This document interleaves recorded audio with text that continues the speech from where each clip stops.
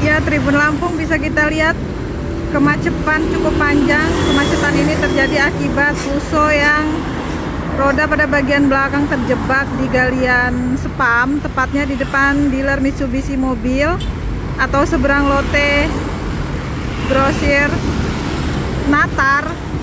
Akibatnya kemacetan yang ditimbulkan bahkan mulai dari Bundaran Haji Mena menuju Natar dan juga sebaliknya dari Natar menuju Bandar Lampung.